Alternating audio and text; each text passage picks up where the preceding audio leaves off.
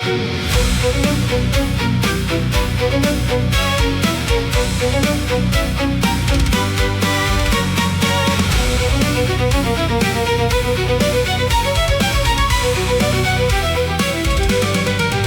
placed their trust in my hands, then called those hands divine,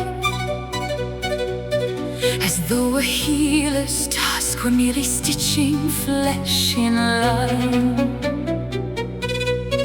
How curious the boundaries the fearful chose to keep, afraid to trace the deeper roots that coil beneath the skin. A pulse is not a rhythm, it is a revelation. Each flutter, falter, and fracture forms a flawless declaration. The tongue may counterfeit, the face may dissemble, but every nerve remembers truths the mind cannot assemble.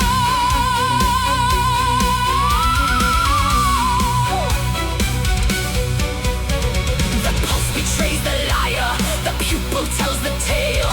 The trembling of a fingertip reveals where courage fails. A question lightly posed, a pressure scarcely felt, and all the grand philosophies dissolve and start to melt.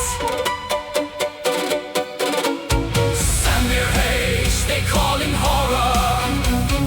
All I hear is admiration. The flesh and wonderfully obedient when properly arranged. A tendon shifted slightly, a memory excised, a fragment of the soul removed, and something stronger left behind. Semirhage, they call in horror. All I hear is vindication. The great Lord grants the freedom that creation once denied, and I have forged such splendid things from those who should have died.